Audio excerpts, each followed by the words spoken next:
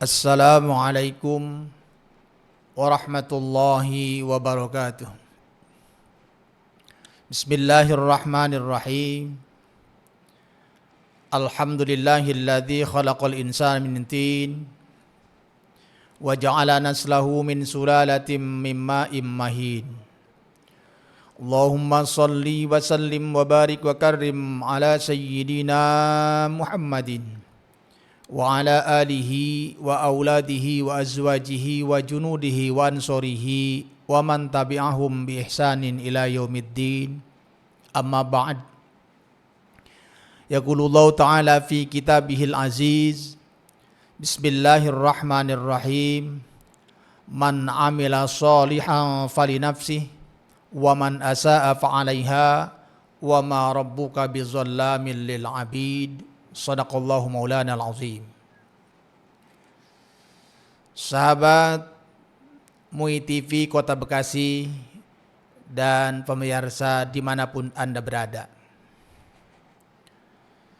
semua manusia mengharap dan mendambakan bahagia. Para pegawai dan para karyawan berangkat pagi pulang malam ingin bahagia. Para petani kerja keras, peras keringat banting tulang, ingin bahagia. Apakah cukup dengan itu? Tentu jawabannya tidak. Karena beberapa banyak manusia sukses dalam karir, sukses secara ekonomi, harta melimpah, rumah megah, mobil mewah, terkadang rumah tangga pun berantakan.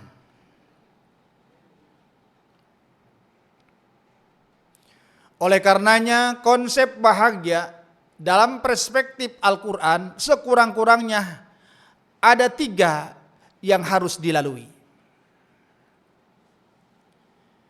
Yang pertama, syukur bila mendapat nikmat. Apa itu syukur? Syukur adalah ijra'ul a'dha bimardatillah wa ijra'ul amwal bimardatillah. Definisi syukur adalah menjalankan, menggunakan seluruh anggota badan di jalan Allah dan membelanjakan, menginfakkan harta di jalan Allah. Mengapa syukur itu ada pada peringkat pertama? Karena Allah Subhanahu wa ta'ala sadar atau tidak kita bahwa pemberian Allah, hidup kita selalu diawali dengan nikmat. Maka ketika kita tidak bahagia, kenikmatan itu, kebahagiaan itu tidak kunjung tiba karena kita lupa kepada yang memberikan sukses dan yang memberikan nikmat, yaitu Allah Subhanahu wa ta'ala. Yang kedua, sabar manakala mendapatkan ujian dan cobaan. Luka-liku kehidupan itu biasa. Ujian dan cobaan silih berganti. Bahkan seluruh para nabi dan para rasul, mereka orang-orang hebat, mereka orang-orang suci, mereka orang-orang maksum, tetapi dalam perjalanan hidupnya tidak ada satupun yang tidak mendapatkan ujian dan cobaan dari Allah. Bahkan mereka ujian dan cobaannya jauh lebih berat dibanding ujian kita. Akan tetapi bagi orang-orang yang beriman, saat mendapatkan ujian sebesar dan seberat apapun ujian, bila mereka bergegas mengatakan Allah sedang mencintai saya, Allah sedang sayang kepada saya, sebesar apapun dan seberat apapun itu ujian, pasti akan terasa ringan, bahkan indah. Mengapa? Karena orang beriman punya keyakinan apa yang Allah janjikan di dalam surah Al-Insyirah ayat 5. Inna ma'al usri yusra. Di balik kesulitan ada kemudahan. Sahabat MUI TV, Kota Bekasi, serta pemirsa yang dirahmati dan dicintai Allah Subhanahu wa Ta'ala. Oleh karenanya, bila kita ingin mendapatkan kebahagiaan, bukan hanya perjuangan, bukan hanya kita terus melakukan berbagai macam apa yang menjadi upaya kita, akan tetapi syukur. Yang kedua, kita sabar saat mendapatkan ujian, karena ketika Allah memberikan ujian dan cobaan kepada kita, bukan Allah zalim, bukan Allah sentimen, tetapi Allah ingin tahu seberapa besar, seberapa gigih, seberapa tangguh kau menjalankan berjuang untuk mendapatkan kebahagiaan. Yang ketiga, tawakal bila punya cita-cita dan rencana. Semua manusia punya cita-cita, semua manusia punya keinginan, semua manusia punya harapan. Sampai Imam Ali radhiyallahu an memberikan sebuah motivasi kepada kita.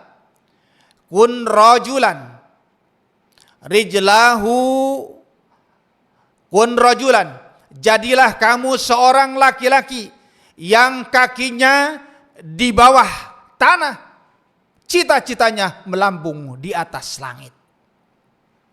Boleh punya cita-cita dan rencana, perjuangan yang kuat, punya cita-cita mendapatkan sesuatu, boleh, tetapi keberhasilannya mutlak hak prerogatif Allah Subhanahu wa Ta'ala.